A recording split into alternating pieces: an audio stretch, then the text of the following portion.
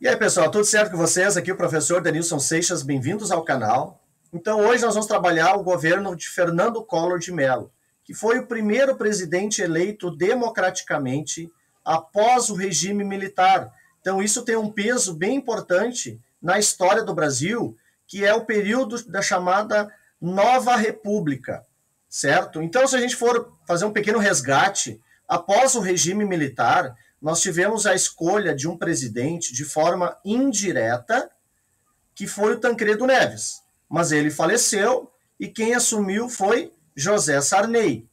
Após o governo de José Sarney, então, em 1989, nós tivemos eleições para a presidência da República e Fernando Collor de Mello, então, no segundo turno, ele era candidato pelo PRN e o seu opositor no segundo turno era Luiz Inácio Lula da Silva, candidato pelo PT. Então, Fernando Collor vence as eleições e estabelece, então, no seu governo, um princípio do neoliberalismo, né, ligado às privatizações, ligado à questão de enxugar a máquina pública, de diminuir a quantidade de ministérios, né? Então, este era a ideia de Fernando Collor de Mello.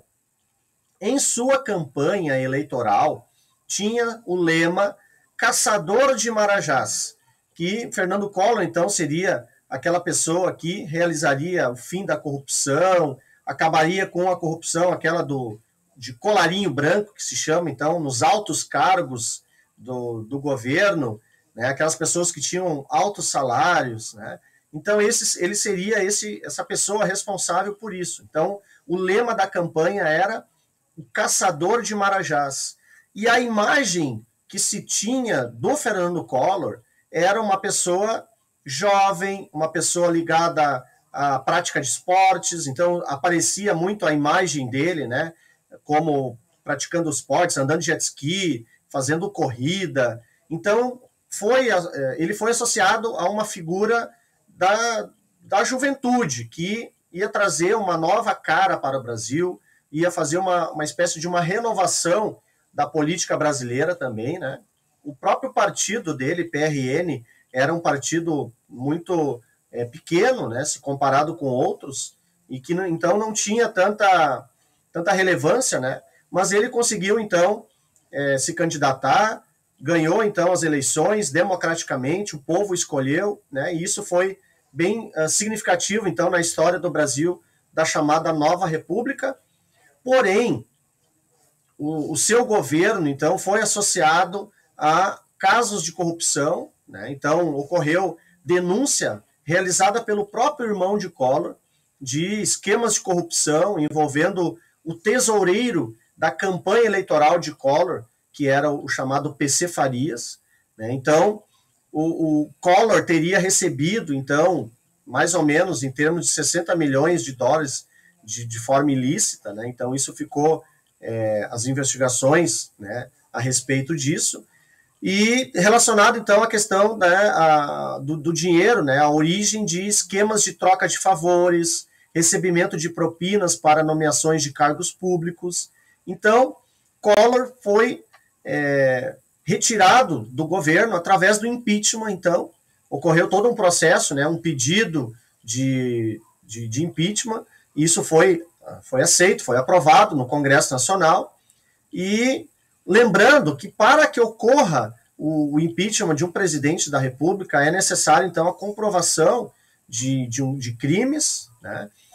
Também uma pressão popular, é necessário uma pressão popular, e que na época, então, do Collor, houve um movimento popular conhecido como o Movimento dos Caras Pintadas, que jovens, então, geralmente, né, a maioria, iam para a rua com o grito, né, e faixas de Fora Collor, pintados no rosto de verde e amarelo, e na testa, ou no próprio rosto também, Fora Collor. Então, esse movimento popular que fez uma pressão, a própria mídia também, né, ajudou nesse processo aí, nessa pressão para que os deputados, então, aprovassem o processo de impeachment, e isso, então, foi aceito, e Fernando Collor de Mello, então, em 29 de setembro de 1992, foi afastado. Collor tentou se preservar, né, renunciando, mas mesmo assim o seu impeachment foi consolidado, né, e ele então perdeu os seus direitos políticos por 8 anos. Uma medida muito impactante também do seu governo, logo no início do seu governo, que desagradou boa parte da população brasileira, foi o confisco de poupança e também de conta corrente de pessoas, né? E esse confisco seria por 18 meses. Então, essa medida desagradou boa parte da população, porque aquelas pessoas que tinham esse dinheiro acabou ficando retido por esse período, não podendo, então, fazer uma movimentação desses recursos, né? Então, isso também foi algo que marcou o governo de Fernando Collor de Mello no sentido negativo também, certo?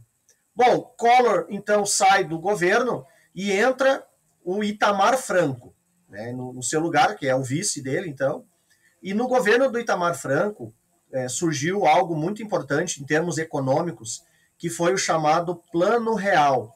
O Plano Real vai consolidar depois no outro governo, que vai ser o governo do Fernando Henrique Cardoso, certo? Mas nesse processo aí da saída do Collor e a chegada do Itamar Franco, tem então a formação de um plano econômico que vai dar certo, que vai fazer uma estabilização da economia brasileira, que é o chamado Plano Real, e isso então depois vai se consolidar e vai fortalecer a economia brasileira vai ficar, né, estável, e o Brasil vai ter um progresso, vamos dizer assim, em termos econômicos, então. Certo? Bom, então era isso, basicamente falando algo aí sobre o governo do Fernando Collor de Mello, os principais aspectos aí do seu governo. Um grande abraço para vocês, muito obrigado pela presença e até um próximo vídeo aí, certo? Até mais. Tchau, tchau.